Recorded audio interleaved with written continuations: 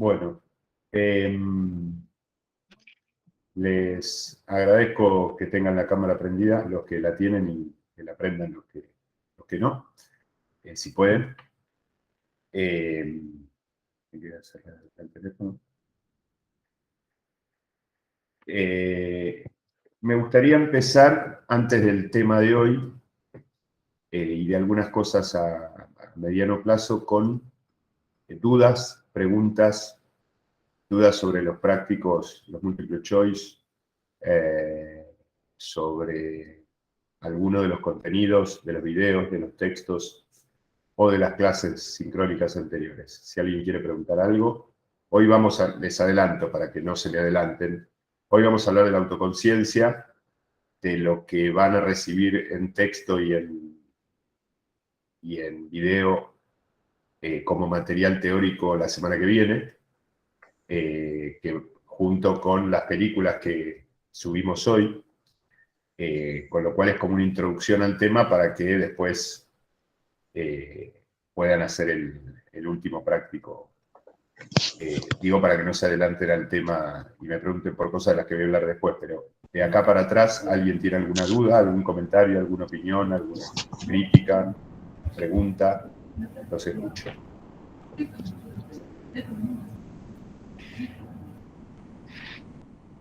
Sí, Agostina, por favor, abrí el micrófono, tranquilo. Sí, profe, yo tengo una duda que estaba también en una de las preguntas de los múltiples choice y que también estaba en uno de los videos de Parreta, cuando habla del cine y de por qué el cine es clásico. Parreta dice que el cine es clásico porque tiene clase, y yo quería que me, digamos, explicar un poco eso, por qué el cine se dice que el cine es clásico. Bien, bueno, perfecto. A ver, préndame la cámara, chicos, los que la tienen apagada, por favor. Agostina. Es un término muy subjetivo y hasta abstracto hablar de clase, ¿viste? Cuando vos decís, te vestiste con clase, te maquillaste con clase, no sé, caminás con clase. Pero si bien es un tanto subjetivo y abstracto, hay un reconocimiento con el paso del tiempo de permanencia en eso que llamamos clase. Es decir, cuando nos vestimos a la moda o muy a la moda o extremadamente a la moda, nos miramos en un espejo retrovisor a los 10 años y nos sentimos ridículos. ¿Sí? Voy al tema vestuario porque me parece significativo y ustedes lo pueden entender. Puede tener que ver con los cortes de pelo, puede tener que ver con, no sé, con lo que quieran. Y lo clásico es aquello que mantiene la clase, no solamente que tiene clase, sino que después esa clase se ve verificada con el paso del tiempo. Hay un término más que usa Fareta, que no sé si está en los videos puntualmente, pero que lo he escuchado infinidad de veces en sus charlas, conferencias, clases, que tiene que ver con que clásico es aquello que da clase. ¿Qué quiere decir que da clase? No ya en el sentido de clase como, en el sentido aristocrático de clase, como veníamos manejándolo recién, o de permanencia, sino que da clase porque nos sirve como paradigma. Es decir, clásico es aquello sobre lo cual, por ejemplo, John Ford, este director clásico de western, que han visto La Diligencia, alguna película más. John Ford es un director clásico, entre otras cosas, porque nos sirve para aprender a hacer cine.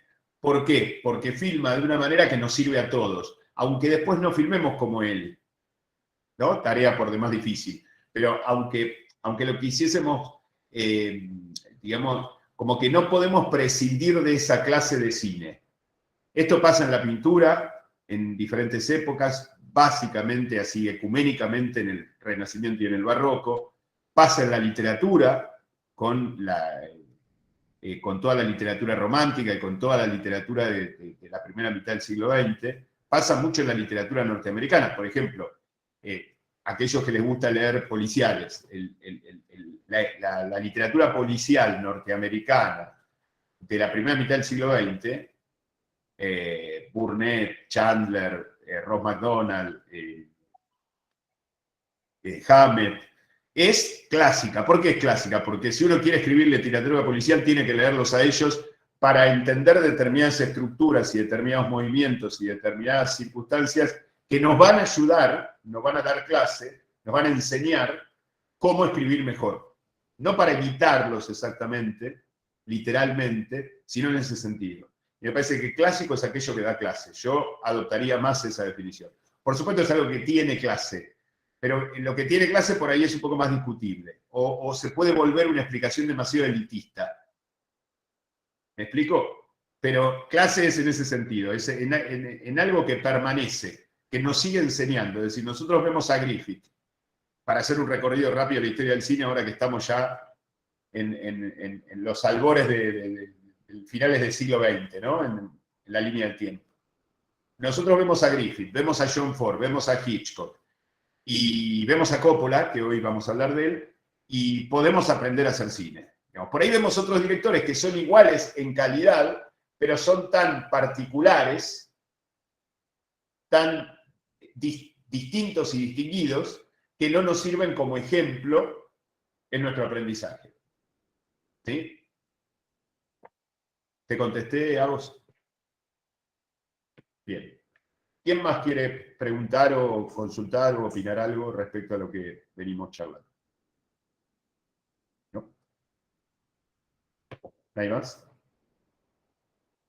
Bueno. El tema de hoy, como les decía, es el tema de la autoconciencia, el cine de los 70.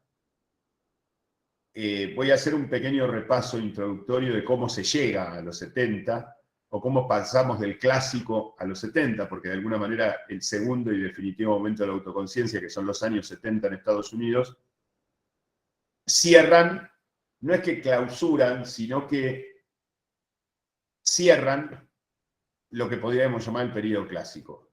No es que lo cierran porque no se filma más de manera clásica, sino que ya directamente lo clásico queda como incorporado.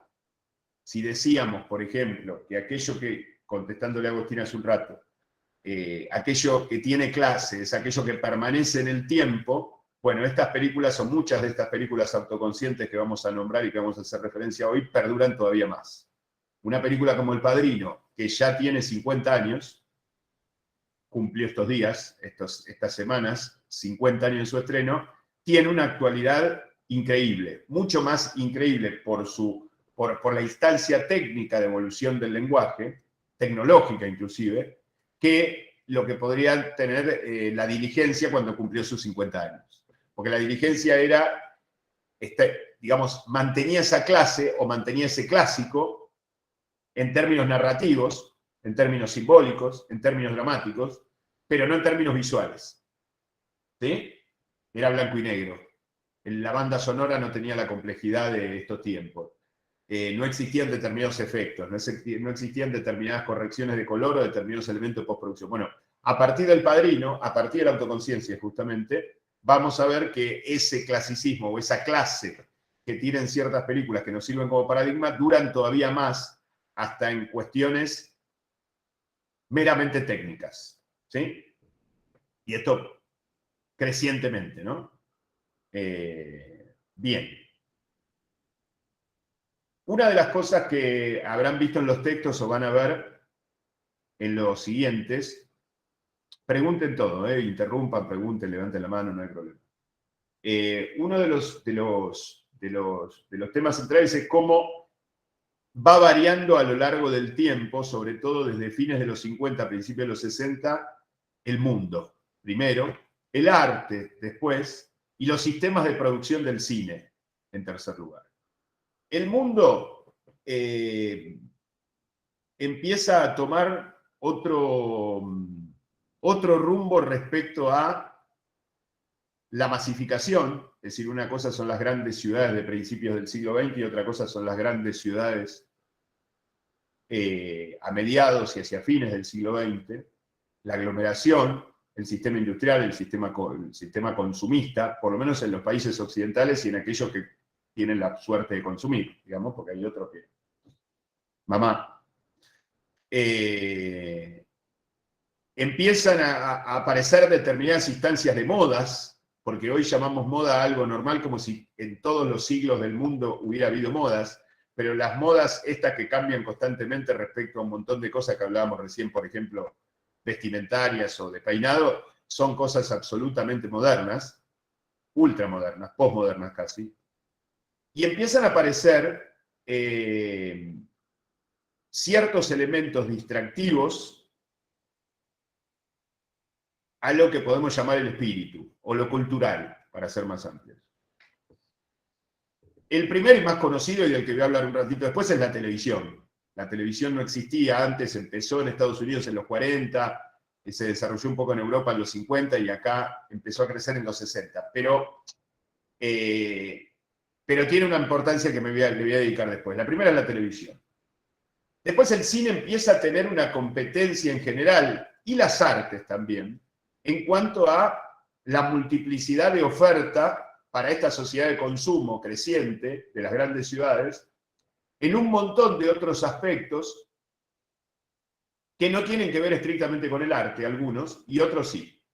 ¿Cuáles sí? No sé, recitales de música al aire libre, con cientos de miles de personas que no existían en los años 40, y otros que tienen más que ver justamente con modas, o con la televisión, o con determinada evolución de la radio, o con ciertas novedades técnico-científicas que distraen, de alguna manera, o ocupan un lugar importante en cierta sociedad moderna, o en cierta clase media de las sociedades, que es básicamente la destinataria del arte,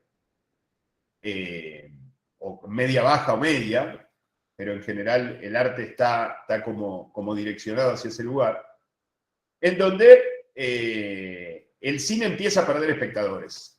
El cine deja de ser el negocio único de entretenimiento que eran los 30 y los 40, deja de tener el monopolio de esa actividad cultural. El cine ha logrado también, y esto es algo que las demás artes le deben agradecer al cine, que gracias al cine de los 20, de los 30, de los 40 y de los 50, en el mundo, el arte cobró una significación que había perdido en el siglo XIX, producto de la sociedad industrial y el avance del capitalismo liberal. Es decir, la pintura se volvió a volver importante, el teatro salió de ciertos sótanos, la literatura empezó a publicar más y se multiplicaron las ediciones de libros, y esto se le volvió una competencia al mismo cine que las hizo renacer, ¿no? como distracciones respecto al cine. Entonces aparece un problema que tiene que ver con algo, si queremos, sociológico o antropológico, que es esto que estoy describiendo, sumado a que el modelo de producción paradigmático hasta fines de los 50, principios de los 60, era el del Hollywood clásico, que de alguna manera se intentaba imitar parcial o totalmente o a la medida de las posibilidades de los demás países. En la Argentina fue muy exitoso en un punto, hasta un punto, como lo hemos visto en los textos y en las clases y en los videos que le hemos mandado. Y ese sistema se empezó a votar por este motivo, con lo cual, sumado a que los grandes estudios, que eran estas empresas familiares, Warner, Goldwyn, Mayer, Fox, etc., empezaron a vender los estudios por problemas internos en Estados Unidos y por una feroz ley antimonopolio que le hizo el Congreso de Estados Unidos, porque lo veía verdaderamente como un problema, una disputa de poder cultural, que era lo que Hollywood se había planteado ser y terminó siendo. Tuvieron que empezar a vender. Y se empezó a desgajar ese sistema de producción. En los demás países, donde no sucedió este apriete de los gobiernos, simplemente lo que sucedió fue que las películas empezaron a perder dinero y que no era posible ya producir, digamos, aquello que era una inversión con alto margen de rentabilidad pasó a ser una inversión de riesgo. Con lo cual empezó a intervenir el Estado para poder salvar al cine. Desde fines de los 50, sobre todo en los 60, en todos los países de Europa y de Latinoamérica. En todos los países donde se hacía cine medianamente. Y el Estado trajo algunas ventajas y algunos problemas. La primera ventaja es la posibilidad de continuar, digamos, de que se siga haciendo cine. La segunda ventaja fue que sostuvo lo que se venía haciendo, no solo como continuidad numérica, no solo en cuanto a cantidad, sino en cuanto a la posibilidad de que determinados autores que ya eran probados puedan seguir su obra o concluir su obra, ¿no? Estamos hablando de autores clásicos que por ahí ya les quedaban pocos años de vida, pero tienen esta posibilidad. Pero el problema que no resolvió el Estado hasta hoy, y hoy se le complicó más por la multiplicidad de pantallas que hay y la multiplicidad de problemas para focalizar el cine solo en la sala de cine, ¿no? Porque hoy el cine tiene otro destino, las plataformas y internet y demás. El problema que se le planteó al Estado es que no pudo reconstruir esa industria que se había roto, porque no cambió la ecuación. No empezó a ir más gente al cine porque puso más plata. Sino que subsidió a pérdida, esto lo vemos claramente en la Argentina, a pérdida, la posibilidad de seguir haciendo cine. Que no es poco, es mejor eso que nada, por supuesto. Pero muchos de los países occidentales, inclusive ciertas potencias cinematográficas europeas, Inglaterra, Francia, Alemania, Italia, son países que viven del Estado, que sin el Estado, ya ahora, pero desde los años 60, sin el Estado no podrían producir regularmente la cantidad de películas que producen y exportar la cantidad de películas que exportan que nos llegan a nosotros, que sean 3, 4, 5, 10 por año, no importa, pero son películas que llegan y que son producidas. Otra de las estrategias fue las coproducciones, pero las coproducciones eran lo mismo, porque en definitiva, que sea una coproducción alemana, rusa y francesa, digamos, hay, en algún lugar pone el Estado o pone alguien que invierte en el cine sabiendo que es a riesgo, digamos, a riesgo de pérdida. Esto produjo. Todo esto pasó en todo el mundo menos en Estados Unidos. En Estados Unidos el Estado no participó. Dejó caer al sistema y el sistema se transformó en lo que es Hollywood hoy desde hace 50 o 60 años. ¿Qué es Hollywood hoy desde hace 50 o 60 años? Bueno, es un poco el resultado de este cambio de modelo de producción producto de los cambios que sufrió el mundo, que han vuelto inevitablemente, en algunos casos más y en algunos casos menos, películas más adaptadas a lo que el público espera que a lo que el artista quiere dar. Esto es decir, buscar el lucro, buscar el beneficio, buscar la ganancia, buscar el público. ¿Sí? Esto se exacerba en Estados Unidos porque no pone plata el Estado. Entonces, como los que arriesgan son los privados, no pueden arriesgar demasiado. Y terminamos viendo 9 de cada 10 películas que se hacen en Estados Unidos que son extremadamente banales, pero extremadamente seguras de su recaudación. Sobre todo la maquinaria publicitaria. En general, cuando vemos una película que tiene una maquinaria publicitaria como las que tienen determinadas películas europeas y sobre todo norteamericanas, no nos tenemos que olvidar que no existía esa maquinaria porque no existía la tecnología, porque no existían las comunicaciones y porque no existía la necesidad de publicitar tanto en los años 40. Porque la gente iba al cine y la gente misma se informaba. Es decir, hay un hecho muy interesante que lo podemos llevar a varios campos, ¿no? de la actividad artística en general y cinematográfica en particular. Es muy distinto, aunque parezca parecido, que uno quiera imponerle una película a otro, pongamos una nueva versión de Marvel hoy, a que el espectador esté indagando, buscando a ver cuándo se estrena la película de tal. ¿Sí?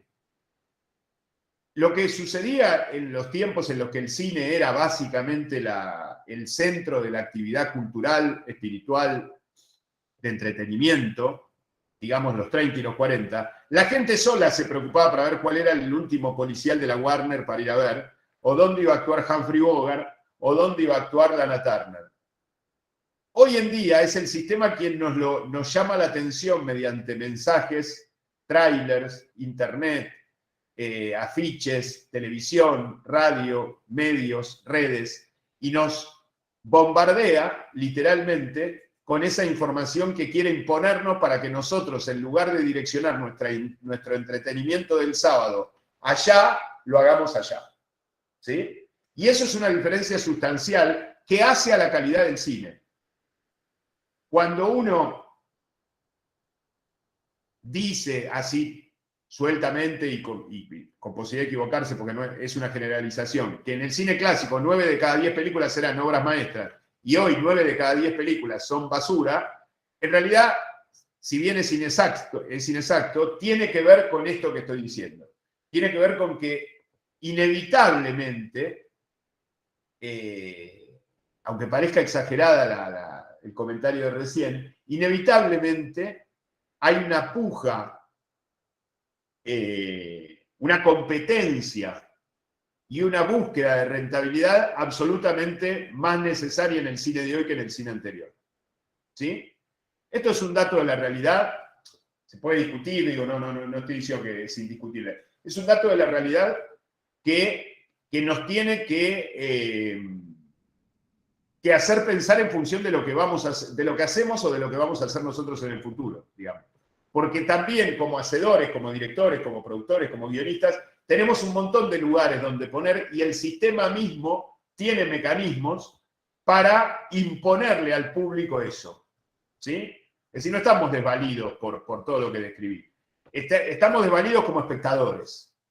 ¿Sí? Pero cuando uno como profesor del cine siempre tiene como el manto de sospecha, de nostálgico, ¿no? Por ahí muchas de las cosas que estoy diciendo parecen como que, no, a este le gusta el cine viejo, el cine moderno, pero en realidad veo cine que se hace ahora, veo cine que se hizo en los últimos 10 años, en los últimos 20 años, pero tengo esta tesitura justamente porque lo veo y porque entiendo todo este mecanismo que hay alrededor como contexto, que tiene que ver con lo económico, que tiene que ver con el poder, con la política, que tiene que ver con los medios, que cada vez son más diversos, pero cada vez son más concentrados en poder. Tiene que ver con una cuestión de rentabilidad. El mundo es está mucho más preocupado por la rentabilidad hoy que hace 100 años. El mundo está mucho más preocupado hoy por ganar dinero que hace 100 años. No es que hace 100 años no le interesaba ganar dinero, ojo, sino que hoy es casi una obsesión. Por eso, y eso necesariamente lo vuelve menos humanitario. Y eso lo vuelve menos artístico, menos cultural, menos espiritual, más materialista.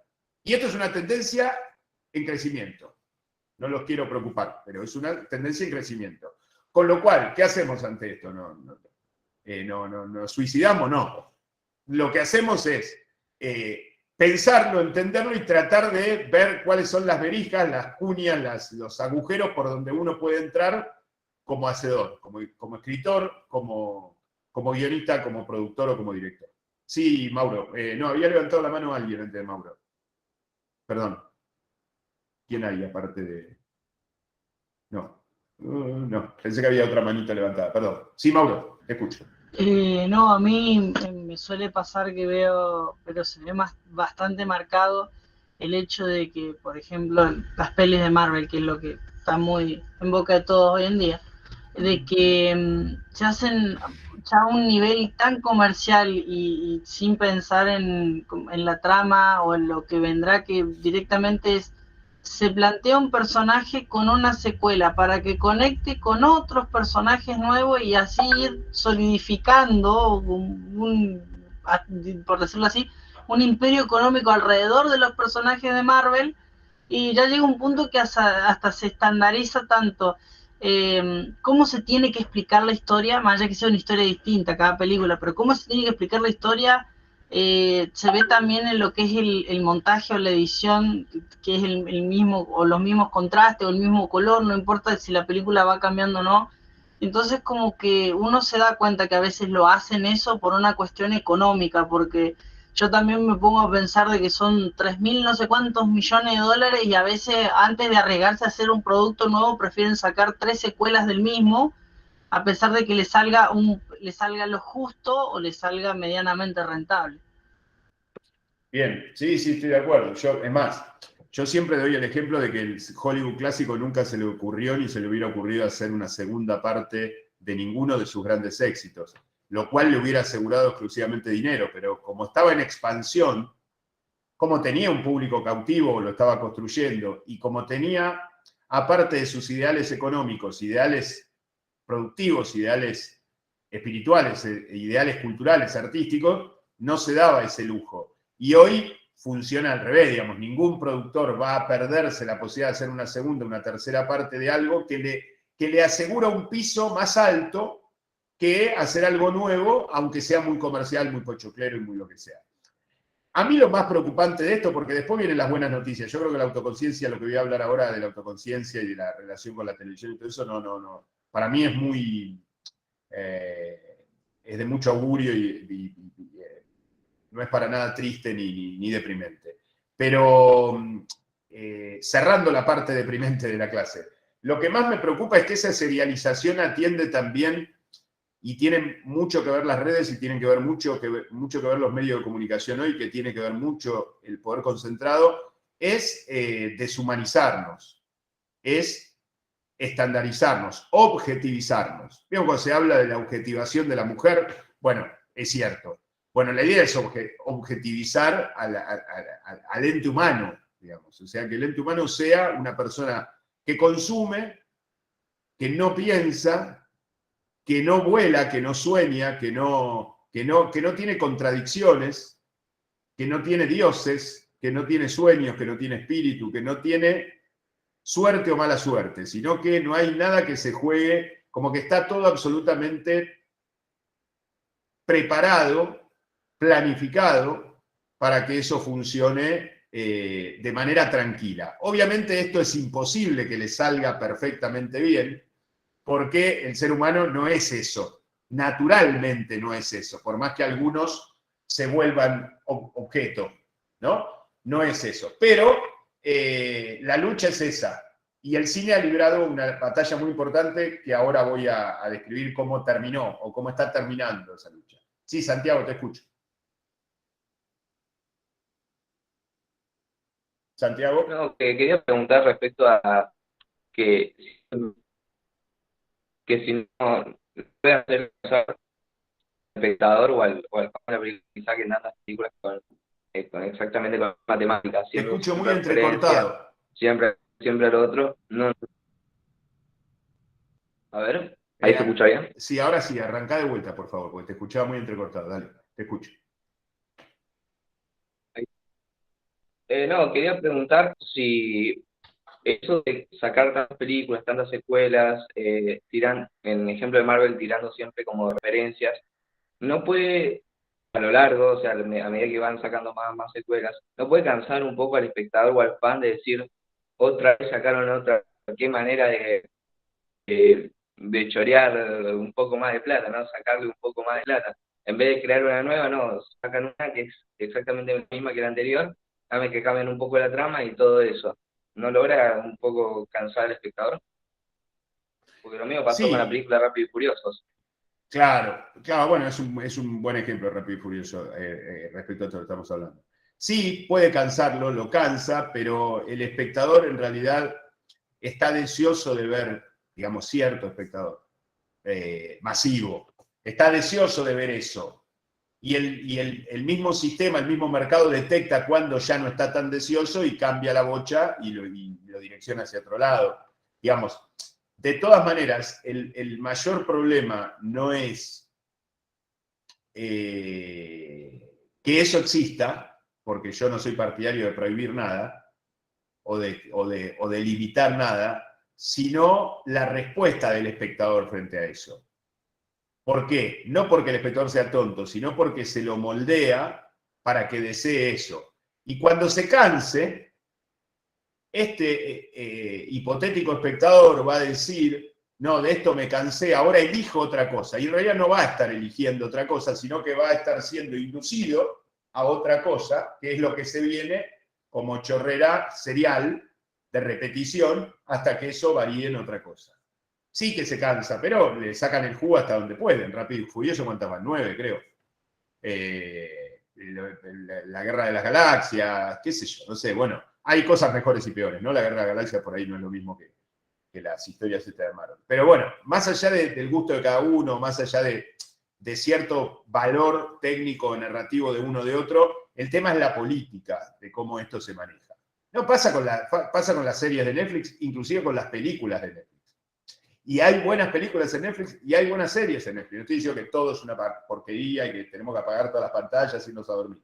Pero hay un criterio que es lo más preocupante porque es lo que nos deshumaniza en el fondo, que va mucho más allá de la cuestión artística, técnica. Bueno, vamos a poner el plano acá, el plano allá, vamos a contar esta historia, vamos a hacer referencia a tal texto o a tal película anterior o a tal arte anterior o a tal época de la historia anterior. Digamos, hay una cuestión más de objetivación que me parece que eso es un poco lo preocupante. ¿Sí? No sé si te contesté, Santi. ¿Sí? Bueno, no me contestaste vos ahora. Bueno, vamos con el tema de hoy. En ese contexto de los años 60 o de fines de los 60, con los estudios de Hollywood caídos, con una especie de cine dividido entre lo televisivo, los directores de teatro que empezaron a hacer cine y que hacían o teatro filmado o televisión filmada, pero que no hacían cine. Roger Corman, que fue un gran director y productor de clase B, que se las rebuscó para, adaptando cuentos de Poe y otras cosas, sostener al cine desde el punto de vista narrativo y simbólico con muy poco dinero y competir con la televisión mano a mano. En este contexto en donde el Estado empezaba a participar a pérdida en muchos otros países, en Estados Unidos aparece esto que llamamos el segundo y definitivo momento de la autoconciencia a través de 2, 3 o 4 películas, básicamente 2, que son El Padrino, de Coppola, en el 72, y El Exorcista, de William Friedkin, en el 73. Le podemos sumar alguna película de Bogdanovich, alguna película de Robert Benton, alguna película de Brian De Palma, Carrie, por ejemplo. ¿Qué es la autoconciencia? Bueno, la habíamos definido, inclusive en los textos, es saber qué se sabe y qué se sabe. Es decir, uno dice saber qué se sabe y saber qué se sabe, pero expresarlo en la película. Es decir, que la película exprese que sabe lo que está haciendo, es decir, cine, y que sabe qué está haciendo, es decir, qué cine está haciendo. Y este segundo y definitivo momento de la autoconciencia es importante porque de alguna manera reemplaza, no tanto en poder, no tanto en este freno a la objetivación de la que hablábamos antes, pero sí en términos culturales, artísticos y sobre todo espirituales, al trabajo que habían hecho los grandes estudios en el cine clásico. Es decir, la autoconciencia es ese lugar en donde se hace esa selección del cine desde Griffith para acá y se arriba a un final, es decir, a un final que de alguna manera, como bien explica Fareta en el video que van a ver la semana que viene, llegamos, es decir, cumplimos con lo que queríamos hacer. Queríamos hacer un séptimo arte, queríamos hacer un arte narrativo, representativo, visual, simbólico, queríamos ser una cuña en la modernidad del capitalismo liberal que se imponía con la permanente excavación de la naturaleza, con la permanente objetivación del humano, y llegamos, y esto que hicimos va a servir para siempre, porque las películas ya están inclusive dentro de la Matrix. Las películas ya están dentro del sistema que supuestamente las prohibiría, o el sistema al cual estas películas se oponen. Uno puede ver la obra de John Ford, la obra de Hitchcock, la obra de Griffith, la obra de Buster Keaton, la obra de Visconti, de Klaus Sautet o de Capra, la puede ver completa por internet. Es cuestión de buscarla. Entonces, esta idea de que llegamos a un nivel de conocimiento de lo que nosotros hacemos, el cine, y de las posibilidades del cine de conocer otras cosas que tienen que ver con la teología, con la metafísica, con la ciencia, con la física, con la sociología, con la historia, con la política. Es decir, digamos, la autoconciencia, este momento de autoconciencia es aquel que que dice, llegamos, ganamos esta batalla que nos propusimos, cumplimos con los objetivos en tanto que conocemos perfectamente las posibilidades de nuestro lenguaje, pero a la vez sabemos que este lenguaje tiene posibilidades como ningún otro de conocer otras cosas más allá del cine. Es como la última instancia de madurez. Y lo que tiene este periodo, que indudablemente llega en un momento de crisis de producción, de multiplicidad de entretenimientos y donde el cine estaba en baja en cuanto a cantidad de público, y que propone una exigencia mayor al espectador, porque uno de los elementos fundamentales de la autoconciencia, de esta etapa de la autoconciencia, es pedirle al espectador que se haga cargo de esto, que el espectador no vea una película como quien mira una publicidad en la televisión, sino que piense que eso que está viendo costó mucho, mucho sangre, sudor y lágrimas, digamos. Que esto que estamos haciendo es una cosa seria, es una cosa que va a tener un valor inestimable en el futuro y que nosotros lo miramos o lo comparamos con otras películas que no valen nada como si fuera lo mismo. Y no es lo mismo. Digamos, es como como volver a establecer una jerarquía. No es que el cine no valía nada ante la autoconciencia, al contrario, sino la autoconciencia legitima. Llegamos hasta acá, nos subimos a los hombros de los Griffith, de los Buster Keaton, de los John Ford, de los Hitchcock, nos subimos a los hombros, miramos desde arriba y entendimos que el cine es esto, con sus limitaciones, pero tiene estas posibilidades representativas y tiene estas posibilidades de reflexión y de pensamiento. El cine es una forma de pensamiento, como cualquier arte, por otro lado, ¿no? Nada más que el cine necesitaba esta instancia porque las demás artes ya simplemente por historia y por cantidad de siglos que llevaba adelante, sin la competencia materialista de hoy, ya lo había expresado y porque el cine se veía, sin esta instancia se volvía Marvel o nada, se volvía un hecho absolutamente de mero entretenimiento lucrativo y consumista o nada. Bueno, dentro de este esquema, básicamente estas dos películas, de las cuales voy a hablar ahora un cachito, sumamos, ya dije, a Bogdanovich, a Robert Benton, a Scorsese, a Brian De Palma, a John Carpenter, a Peter Weir, al australiano Peter Weir,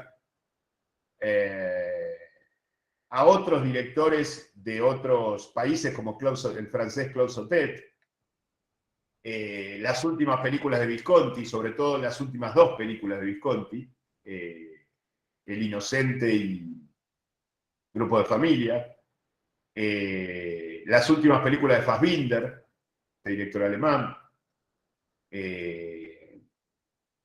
Walter Hill, John Carpenter, Lawrence Kasdan, bueno, infinidad de directores que después que están en la línea de tiempo, de última, en la línea de tiempo, ese Excel que le pasamos al principio, están más o menos los directores que corresponden a cada periodo, aunque se repiten, porque algunos trabajan en más de un periodo, pero de ahí pueden sacar para no abundar en los nombres.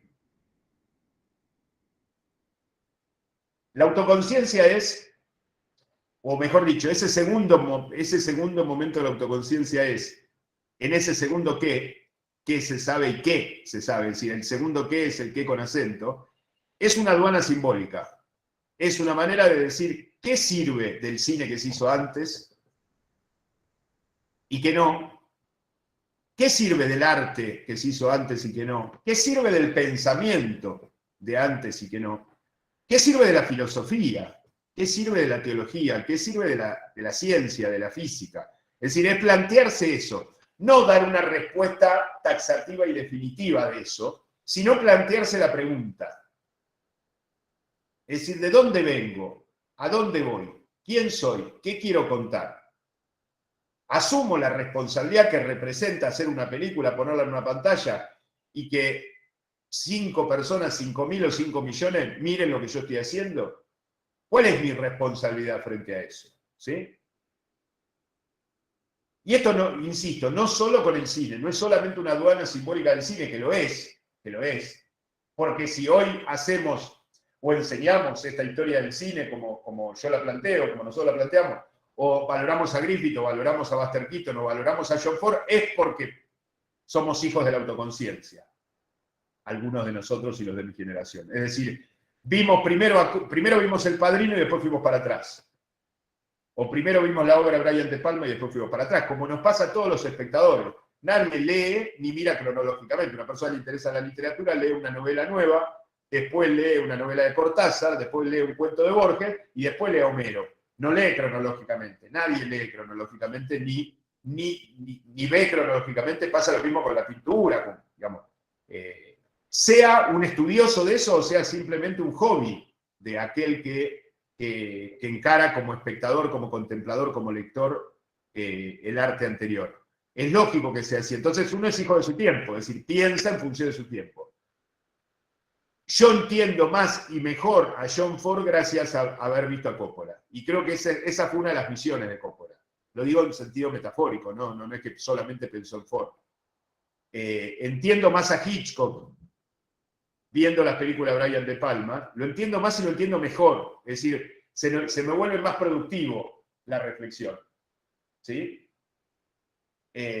Más a Howard Hawks con Carpenter, más a Raúl Walsh con Walter Hill, ¿no? Cada uno de estos directores tenía como un preferido dentro del cine clásico.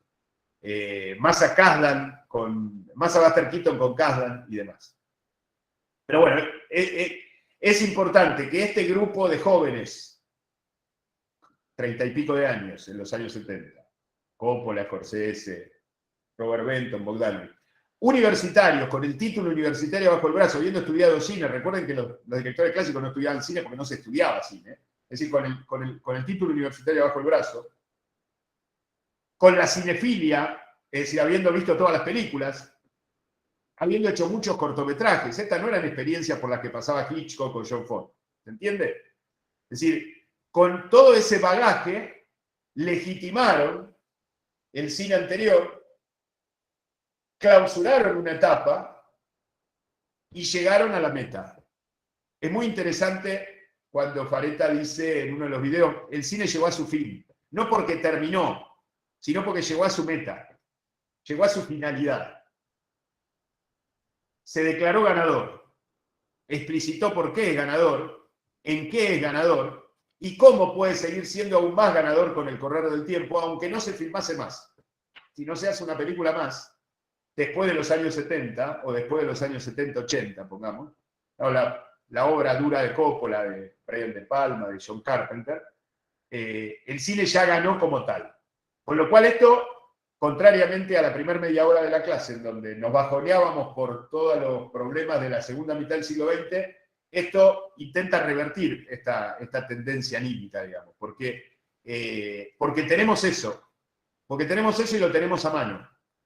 Pero esto, y acá va el reto, no porque los voy a retar, sino porque les voy a proponer un reto, acá va el reto para el espectador. Una cosa es cuando en los años 50 solamente se podía ver las películas en el estreno, y si uno se perdía el estreno no las veía más. Y la sensación del espectador de ese momento era que no las veía más. No es que el espectador podía imaginarse el VHS, el DVD, Netflix, o no. El espectador de los años 50 decía, esta película no la vi, no la veo más. Ese espectador no tiene la misma responsabilidad que tenemos nosotros, que tenemos en la mesita de luz toda la filmografía del cine clásico. No tenemos razones para no verlo. No podemos, ante semejante demanda de responsabilidad y de la responsabilidad que asumen estos directores, que filman las películas desde el año 70 como si fuera la última, y ponen toda la carne en el asador, nosotros no nos podemos dar el lujo, nosotros los que nos dedicamos a esto, no se los diría a un auditorio de espectadores comunes, ¿no? Los que nos dedicamos a esto no nos podemos dar el lujo de no mirarlos. No digo de no mirar todo, porque es imposible mirar todo, pero aunque sea selectivamente, aunque sea el director que nos gusta, aunque sea el género que nos gusta, aunque sea el país de origen que nos guste, no podemos darnos el lujo de no mirarlo. Y voy más allá con el reto. De no mirarlos con cierta responsabilidad, estar a la altura de la responsabilidad de la creación. Es decir, la recepción nuestra tiene que tener una altura acorde con la altura de la creación. ¿Sí? No es lo mismo una película que se hacía como chorrera, por más buena que sea, Cat People, en los años 40, una película de clase B que se hizo con 2 mangos con actores desconocidos, en medio de un montón de éxito asegurado y donde el espectador decía, bueno, si no veo esta, veo la otra, y Cat People no la veo nunca más, que ahora que las tenemos todas a mano. Esto me parece muy importante y me parece una de las cosas más importantes de la autoconciencia y más importantes de nuestra clase de historia del cine en el cuatrimestre. Como mensaje. Tenemos esto, es nuestro esto. Es un capital cultural que batalla solo o muy poco acompañado contra esta modalidad de avance sobre la naturaleza, de avance sobre el ser humano, de deshumanización, de cosificación, y entonces es un aliado, y es uno de los pocos aliados, y es un aliado poderoso, y esto también es algo que declara la autoconciencia a partir del Padrino, y de alguna manera la familia Corleone es una metáfora de esto que voy a decir. Es un aliado poderoso porque todos vemos la misma película. No es un comentario que hago yo, un comentario que hace otro, que escuchan 5, no. Son películas que ven millones de personas y que todos ven lo mismo, porque lo que se proyecta es lo mismo. Entonces eso es una ventaja. Una ventaja inclusive por sobre el teatro, que es una representación cada noche distinta a la noche anterior. Es la misma película, y está armada, y está organizada, y está sincronizada, y está pensada. Entonces es cuestión de descubrirla, de ir capa por capa, de seguirla. Son inagotables muchas de estas películas.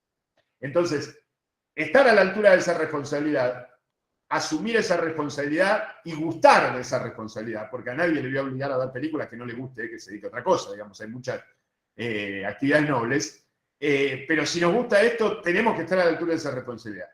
Y mucho más todavía si vamos a seguir esa línea y vamos a hacer cine, o vamos a hacer video, o vamos a hacer series, o vamos a hacer audiovisual. Porque está ese capital y es un terreno en donde uno tropieza o se distrae y cae en las garras del sistema cosificador, expoliador de la naturaleza, etc.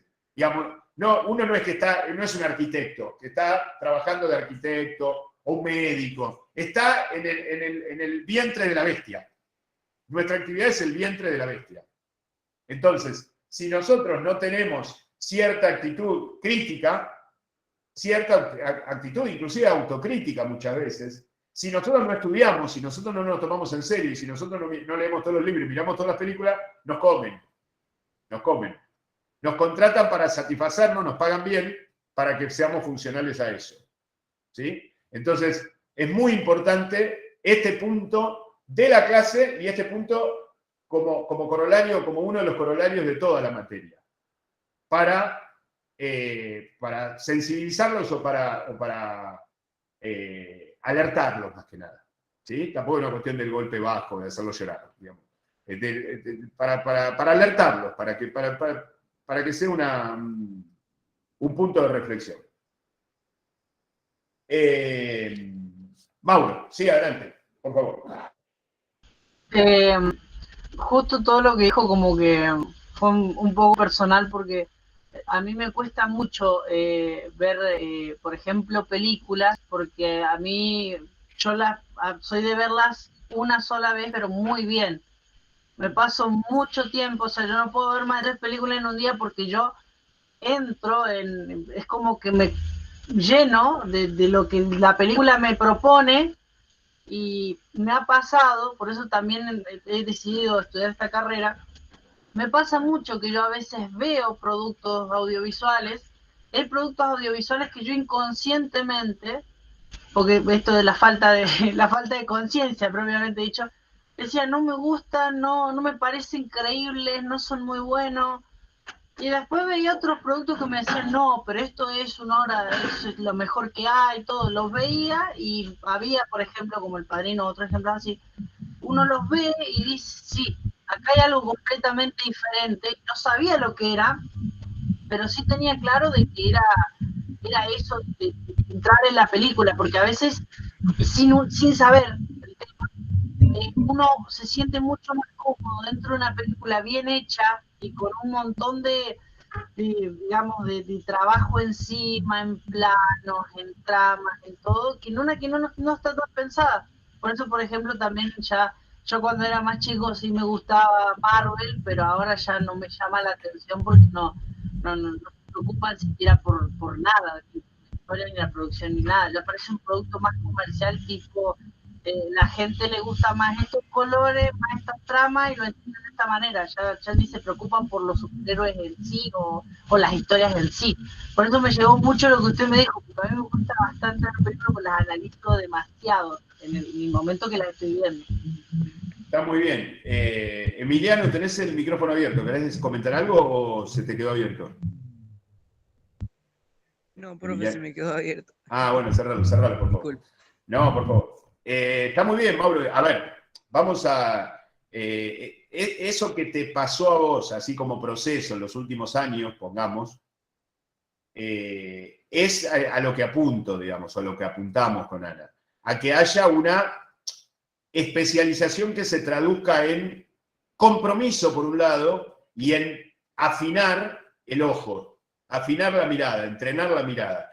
Porque, en definitiva, si uno no afina la mirada y mira una buena película aburriéndose y mira una mala película divirtiéndose, no vamos a cambiar la ecuación, porque uno va a terminar viendo la mala película, digamos. El tema es afinar la mirada y empezar a sentirse cómodo con aquello que por ahí, en la adolescencia, naturalmente no nos sentía cómodo. De todas maneras, yo no propongo ver películas. A mí no me parece que El Padrino sea una película incómoda o aburrida, o que Avatar sea una película aburrida, o que Misión a Marte sea una película aburrida, o que las películas del terror de John Carpenter, o las comedias de Kasdan, o las películas de acción de Walter Hill sean películas aburridas. Para nada. Pero bueno, puede ser que al tener cierta complejidad, o al tener ciertas evidentes capas de lectura, nos proponen un desafío que nosotros ahí tenemos que dar el salto. Tenemos que dar el salto. Entonces, a ver, nosotros vivimos, o sea, yo cuando vos decías yo no puedo ver 3 películas por día o más de 3 películas por día, nadie tiene que ver 3 películas por día. El tema es cómo vemos cada película que vemos. Y si nosotros hacemos una cuenta simple, a ver, no es tan simple porque la matemática no es muy fuerte, pero más o menos vivimos entre 20.000 y 25.000 días los seres humanos. Una película por día, desde cierta edad, ya veríamos una cantidad enorme de películas suficientes para estar a la altura de eso. Puede ser que sea una por día por medio, o una cada 3 días el promedio, porque uno no todos los días respeta eso. Es suficiente, pero insisto, no es una cuestión de cantidad, porque ustedes son jóvenes, o la mayoría de ustedes son jóvenes, y tienen tiempo para ver las películas. El tema es que a ustedes les guste verlas, que prioricen ver una película en lugar de hacer otra cosa, y que cómo la ven. Eso es lo más importante. Eso es lo más importante. La responsabilidad frente a la película, frente a la obra, digamos. La seriedad, porque yo insisto con esto, muchas veces con los discursos políticos, la televisión y con un montón de cosas se nos hace una permanente división de lo que es importante y de lo que no lo es, de lo que es serio y de lo que es vulgar o simple, de lo que es importante y de lo que no es importante. Pues el cine es serio. El cine es una cosa seria. El cine es una cosa absolutamente seria. El cine cambió el mundo, no es que va a cambiar el mundo, lo cambió al mundo. En muchos aspectos que ni nos imaginamos. En términos de feminismo, en términos de sociales, en términos de entretenimiento, en términos familiares, en términos de relaciones de producción. Lo cambió. No hubiera sido el mismo mundo si no hubiera existido el cine.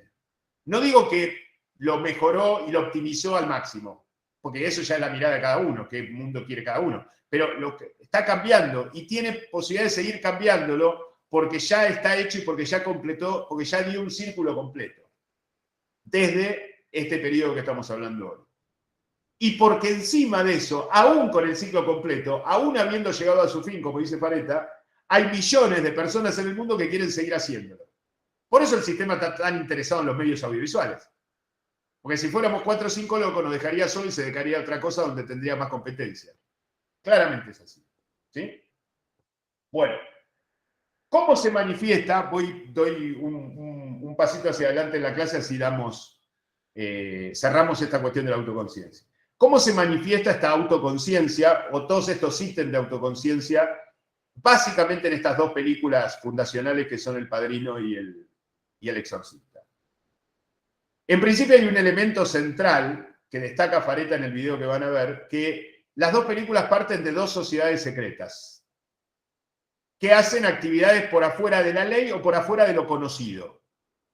La sociedad secreta claramente es la mafia italiana en Nueva York, en El Padrino, y la sociedad secreta en El Exorcista son la Compañía de Jesús, los jesuitas, que saben hacer exorcismo y que la gente cree que ya no se hacen. Es decir, hay un secreto, hay algo que se está camuflando ante una vista pública, pero que en verdad tiene una incidencia potente sobre la realidad justamente porque se camufla. Eso es el cine. Eso es el cine desde Griffith.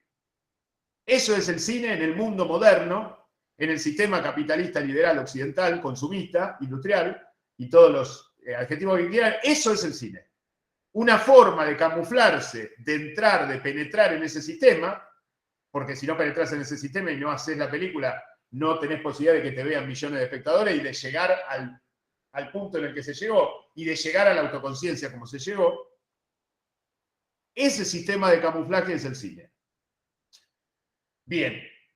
Después tenemos el saber que se sabe y las referencias cinematográficas, ¿no? Marlon Brando, como actor célebre de los 50 y 60, interpretando a Vito Corleone, es más Marlon Brando que Vito Corleone en el momento del estreno de la película, y esa es una referencia cinéfila autoconsciente. Tenemos la película que se está filmando durante El Exorcista. Durante El Exorcista, una de las subtramas es una película que se está filmando y la madre de la protagonista poseída es la actriz principal de esa película.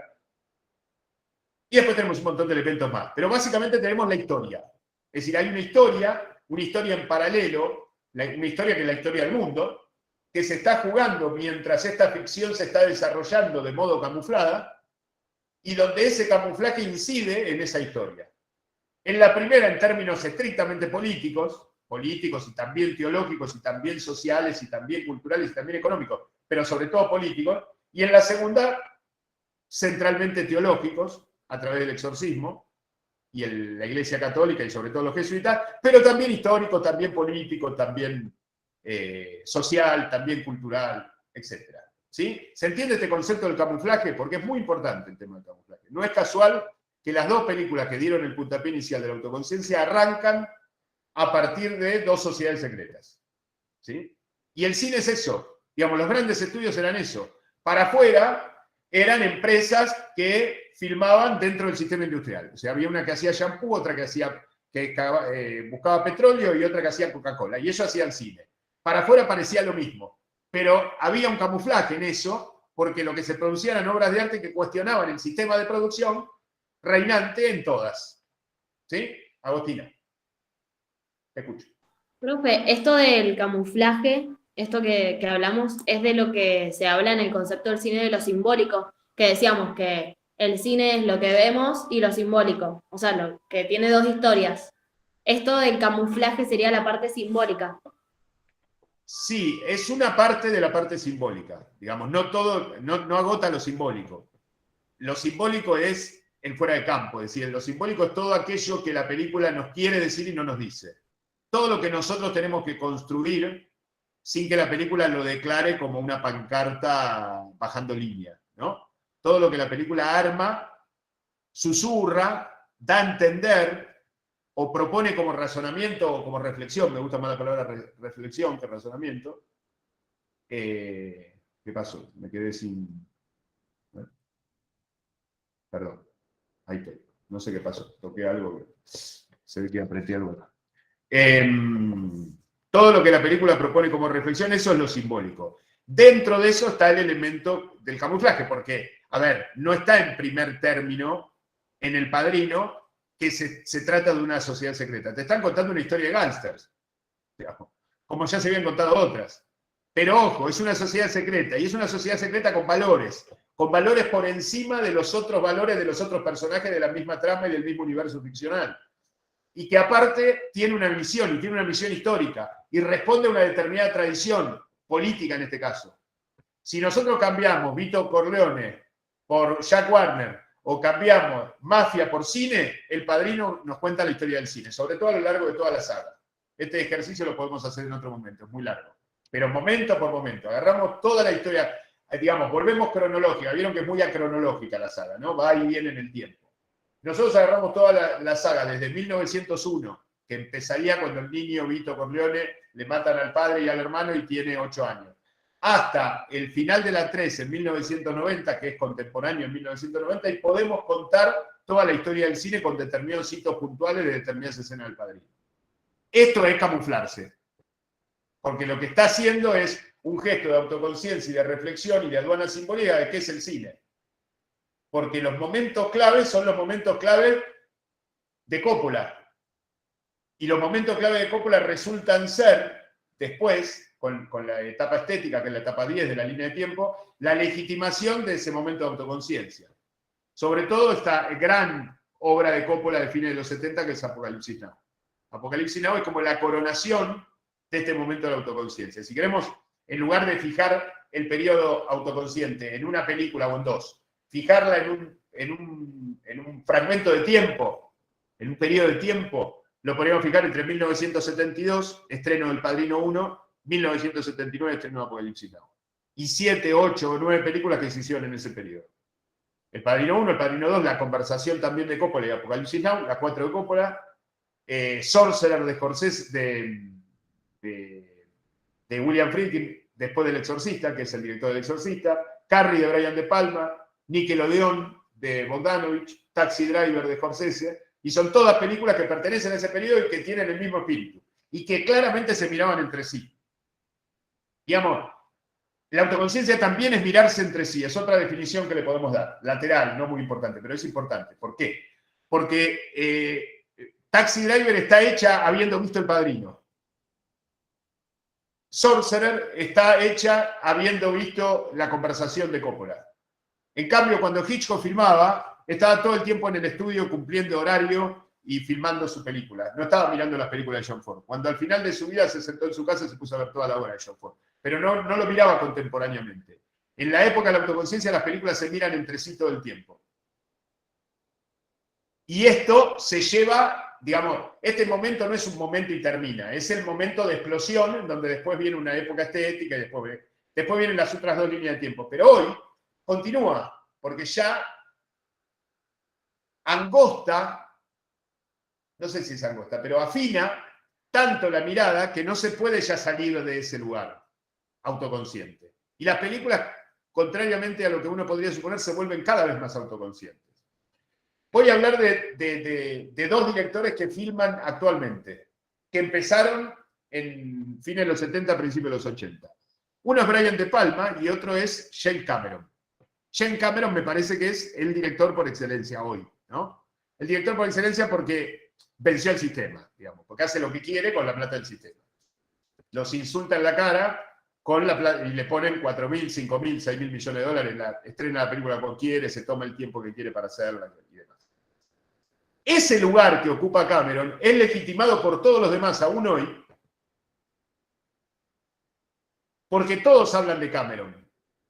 Todos hablan de Cameron en cuestiones temáticas, en referencia a sus películas. Misión a Marte, una película del año 2000, clave por el cambio de siglo, la película del año 2000 de Brian De Palma, hecha 2 años después de Titanic, de Cameron. El personaje se llama Jimmy, ¿no? James. Y es Cameron cumpliendo una misión espacial análoga o metafórica a la función artística, espiritual, cinematográfica que cumple Cameron. Y cuando termina, el último, véanla, la película, al final, el negro, o uno de los personajes, dice, gracias Jimmy por este viaje, que tengas un buen viaje. Digamos, hay una referencia hasta literal, hasta citatoria empecinada de recordarnos que están pensando juntos. Pero no que están pensando juntos porque se juntan todos los martes a comer y son todos amigos y piensan todos igual, sino que están del mismo lado, digamos que tienen bien claro a qué se oponen todos, que tiene que ver con lo que describimos en la primera mitad de la clase, o en el primer tramo de la clase. Ahora después piensan todo distinto. Se matan. Es decir, se mata, quiere decir, dialécticamente, ¿no? Después cada uno expresa su visión del mundo. Pero esto es muy importante, recomiendo ver, y en este orden, para los que la vieron y para los que no la vieron, no importa, Titanic, Misión a Marte y Avatar. Ahora que se va a estrenar en diciembre la segunda de Avatar. Porque Cameron encima le copia el sistema, el mecanismo Marvel, para hacer una película absolutamente artística, como es Avatar. No sé si tuvieron la oportunidad de verla, uno la recomiendo. Hagan este ejercicio cuando puedan, si quieren después de la cruzada. Alguna película de estas que nombré están en el visionado que subimos hoy, pero el trabajo de las tres lo pueden hacer tranquilo después de la cruzada. No le voy a pedir que rindan cuentas al respecto. Titanic, después Misión a Marte, y después... Y fíjense cómo el cine reflexiona sobre a qué se opone, a qué se opuso siempre y a qué está destinado a oponerse si se hace bien. Reflexiona sobre qué es hacer las cosas bien, qué es hacer bien y qué es mirar bien.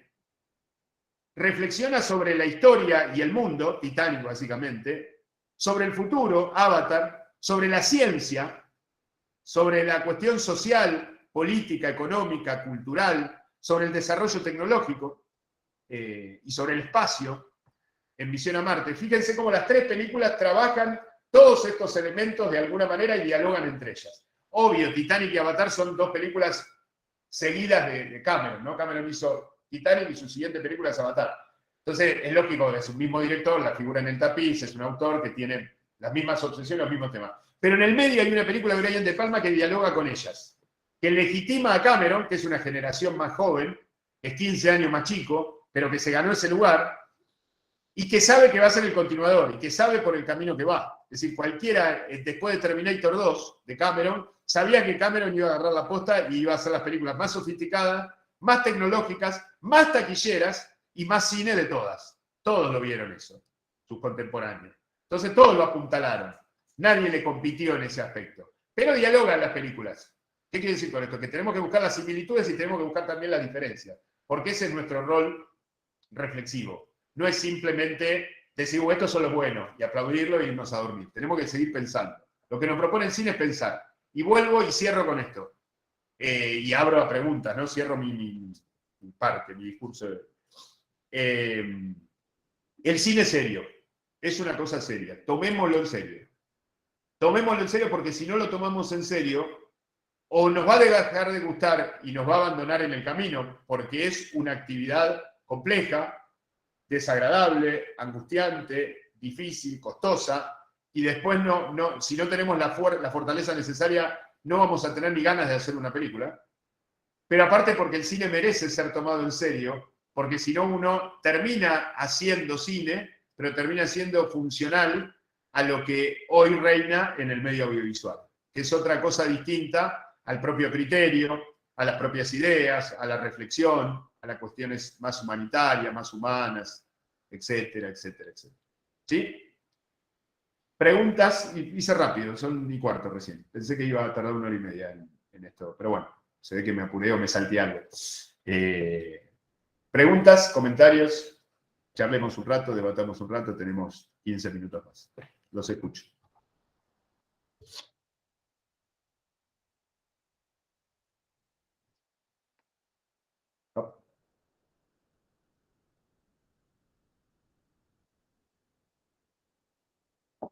Ana, supongo que me estás escuchando, pero no podés hablar. Si querés por chat, decime si...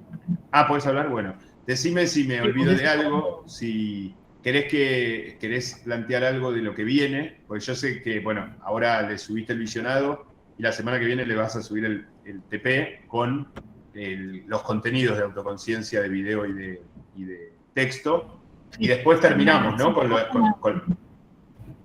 Se me ocurre una pregunta que estuve leyendo un artículo de Peter Greenaway que dice como el cine como estaba planteado antes digamos, hasta el siglo pasado, ha muerto. Digamos, como que ahora hay que pensar otra forma de cine teniendo en cuenta al espectador que ya no puede ser un espectador pasivo como antes.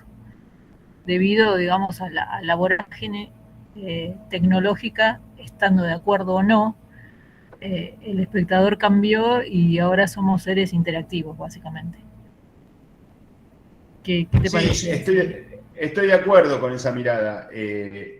Digamos, el espectador o todos los espectadores, o digamos todos los espectadores, pues si no parecería como que son todos iguales cuando decimos el espectador, ¿no? O cuando decimos el público. Todos los espectadores cambiaron durante todo el tiempo, pero notoriamente a partir de los años 60 para acá cambiaron intensamente. Si esto es un llamado de atención para hacer mejor cine, bienvenido. Lo que no creo es que el cine empiece a hacerse en serio ahora por esta cuestión.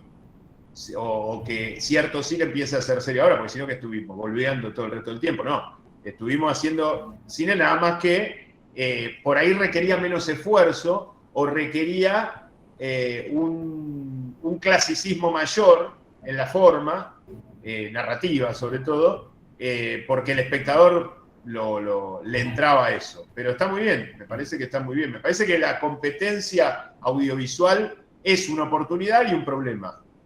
Es un problema porque somos minoría y porque el sistema nos aplasta en todo sentido. Ahora es una oportunidad porque el sistema no lo va a abandonar. No nos va a cerrar el cine. Puede cerrar un museo, pero no va a cerrar el cine, digamos, no va a cerrar lo audiovisual, porque lo audiovisual es parte de su exposición y es una de sus herramientas de dominio. Entonces es también una oportunidad. Siempre va a haber una endija en lo audiovisual. Por lo menos de acá a un mediano plazo, 50, 60, 100 años. No es que se va a terminar lo audiovisual. Lo audiovisual probablemente se siga multiplicando. Entonces, en ese aspecto, y en sintonía con lo que vos decís citando a Greenaway, estoy de acuerdo con la seriedad, básicamente. Con tomarlo en serio, con hacerlo bien. Con preocuparse por qué es lo que estoy contando, qué es lo que tengo para contar, cómo me van a entender, qué me van a entender, qué quiero decir. ¿Qué recursos utilizo? ¿Cuánta plata gasto? ¿Cómo pienso y cómo hago pensar? A mí me parece fundamental, urgente. Pero no sé si el cine terminó o el cine cumplió un ciclo antes inclusive de toda esta explosión audiovisual tecnológica, porque El Padrino del 72 y no existía en Internet. Pero el cine siempre se anticipó a muchas cosas. Y porque esto de alguna manera se está dando y el cine está reflejando ese cambio tecnológico de finales de siglo y de principios del siglo XXI. Así que sí, podría ser algo así. Podría ser, es para un debate con las películas en la mesa, digamos. Es como para debatirlo. Para pensarlo largamente, para confrontarlo con otras lecturas y sobre todo para ver de qué películas estamos hablando, ¿no? Porque muchas veces decimos esto y después o corremos a ver a Marvel o vemos una película rara que hizo un tipo en un plano secuencia para diferenciarse de Marvel, pero que no cuenta nada, no tiene nada para contar. Digamos, los extremos están a la vuelta de la esquina también. Y el sistema los propone, porque le sirve Marvel porque saca plata y le sirve el otro porque como contraposición a Marvel la gente termina eligiendo Marvel por comparación. Entonces, la búsqueda del equilibrio es con las películas en la mesa, pero así a grandes rasgos sí estoy de acuerdo, me parece un tema para pensar y me parece bueno que lo hayas tirado para que los chicos lo sigan. Sí, a vos. Decime. Sí, no, acotando el comentario de que somos seres interactivos y que cada vez por ahí necesitamos más interacción, por eso yo creo el auge de las redes sociales, porque necesitamos esta interacción. También quería comentar que incluso en Netflix ya hay series en donde vos vas eligiendo el camino que querés que siga la historia. Entonces, como esta necesidad de la interacción y de sentirnos como parte de la historia. Perdón el ruido. Veo que estás en función mamá. Aparte de función alumna, estás en función mamá. Me parece muy bien. Alguien comentó algo. Acá interviene Silvina en el chat. Quería agregar que esta interacción con el espectadora puede tener que ver con un pensamiento estético. La obra o producción se termina de completar con lo que genera el otro en sus distintas dimensiones y de ahí se toman las bases para nuevas realizaciones, ¿no? Sí, yo creo que sí, creo que, a ver, no tengo que confundir la interacción entre el espectador y el hacedor tradicional con lo interactivo de hoy, ¿no? Está claro que es una cosa distinta. Claro, lo interactivo de ahora es algo más concreto, más puntual, en donde alguien interviene en un foro, donde alguien inclusive da pautas de producción para siguientes cuestiones o la misma serie, ¿no? De pronto. Tal cual. En términos generales, históricos, de la película de Black Mirror, nunca me va a salir el nombre, Bandersnatch, en donde estaba propuesta ya la película como una cuestión interactiva, y entonces uno iba creando su propia historia, ¿no? Sí. No, está bien. Yo quería decir eso justamente, que la obra siempre la completa el espectador, desde siempre, antes de la estancia interactiva, y que siempre hay un diálogo.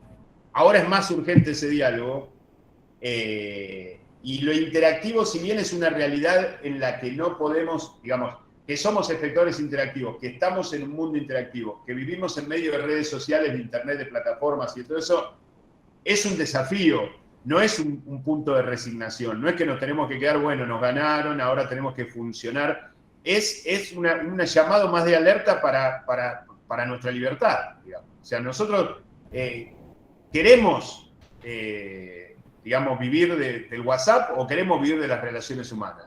Digamos, es una decisión que cada uno tiene que tomar todo el tiempo.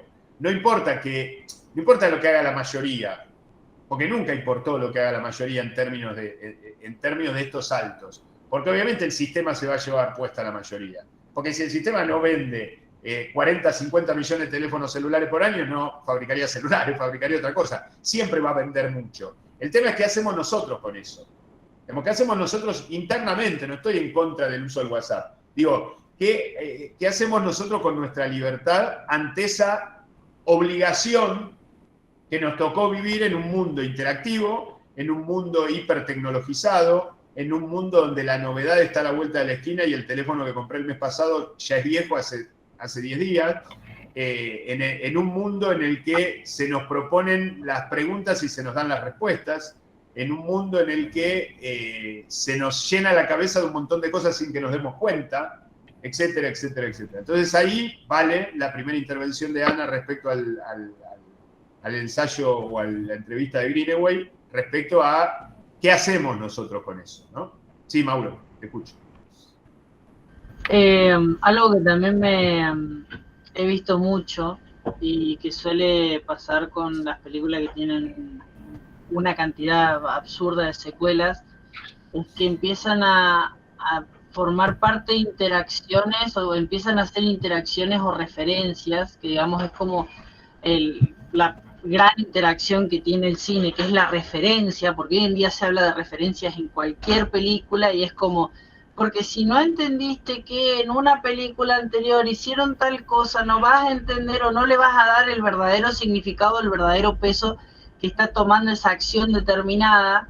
Y entonces como que la interactividad que tiene las películas hoy en día es de, si vos no viste 3 películas, 4 películas anteriores, o no sabías, o no entendías, y te lleva de una película a la otra. Parece como, yo lo he visto más que todo esto en hipertextos, es como, una película es como, hoy en día son una serie de links que te muestran una situación o te muestran un personaje que si vos no, como que no cliqueás, digamos, entre comillas, no vas a ese personaje y ves lo que hicieron antes, la película no te va a ser muy interesante, pero si vos ya venías viendo, la película sí te va a ser interesante, entonces es como que sí hay como una interacción mucho más fuerte. Yo estoy hablando más a nivel económico, de secuela, de tipo, buscan eso también, como para que si no te gustaba la película, o si no te gustaba la película anterior y esta es nueva y es buena, veas la anterior y veas esta también.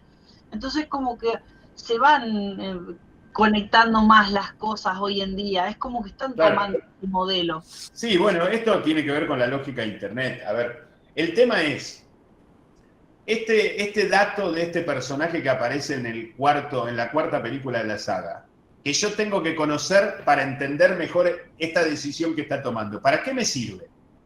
¿Simplemente para saberlo llanamente? ¿O me va a llevar a reflexionar algo a partir de eso? Esa es la diferencia, ¿sí? Porque es un poco yendo al mundo del Internet. ¿Para qué me sirve apretar el botoncito de Wikipedia cuando estoy buscando algo? Porque quiero saber y sacarme la duda, este escritor, qué año nació, en qué ciudad nació, en qué año murió y en qué ciudad murió, y nada más, o porque quiero indagar. Porque si quiero indagar, busco libros del tipo en Internet. Es decir, la misma sociedad interactiva te propone soluciones a la vez que problemas, pero te incentiva a la comodidad del problema, más que a las soluciones. Porque hoy en Internet tenemos la posibilidad de conseguir miles de libros, no solo miles de películas, y cuadros. Antes no podías ver un cuadro. Hoy tenemos fotos extraordinarias de cuadros que están en museos que nunca íbamos a ver. Pensado esto hace 40 años atrás. Bueno, ¿qué hacemos? Visitas a museo. Bueno, pues visitas a museos. O sea, estamos como, hacemos la visita sentados en casa en una computadora en pijama, digamos. Esa posibilidad que antes era impensada, ¿la hacemos o vamos a Wikipedia y decimos, no, Van Gogh murió en 1890 porque estaba enfermo? Y nos vamos, y listo, y hacemos otro link y nos vamos a otro tema y nos dispersamos. Porque el sistema lo que busca es esa dispersión, y la Internet tiene esa doble cara, como la luna, digamos, tiene esa doble faz.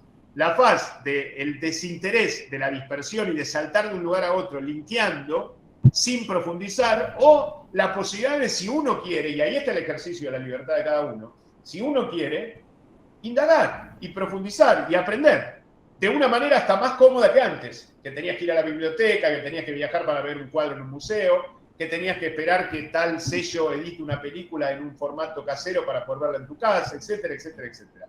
Hoy podés, digamos, podés conocer opiniones de un montón de gente que antes no aparecían en televisión. Cuando yo era chico, lo que no aparecía en televisión no aparecía en ningún lado. Hoy vos podés ir y entrar a blogs. Bueno, pero tiene que ver con quién hace la búsqueda. Me la hace Internet, el sistema que quiere solamente que yo saque provecho de los problemas, que yo me disperse y que yo no aprenda un carajo y no reflexione nada, y yo voy siguiendo, navegando a la deriva, o yo con mi libertad decido, no, hoy voy a estudiar esto. Y si me pongo en serio, lo estudio, lo tengo, está ahí. Me veo estas 3 películas. Hoy voy a estudiar a este director. Hoy voy a Alberto, voy a cortar la grabación, perdón. Voy a cortar la grabación. Me tengo que ir acá un ratito. Bueno, dale, cortá y yo sigo un cachito con los chicos. Termino con esto y corto. Chao, Anita. Después hablamos.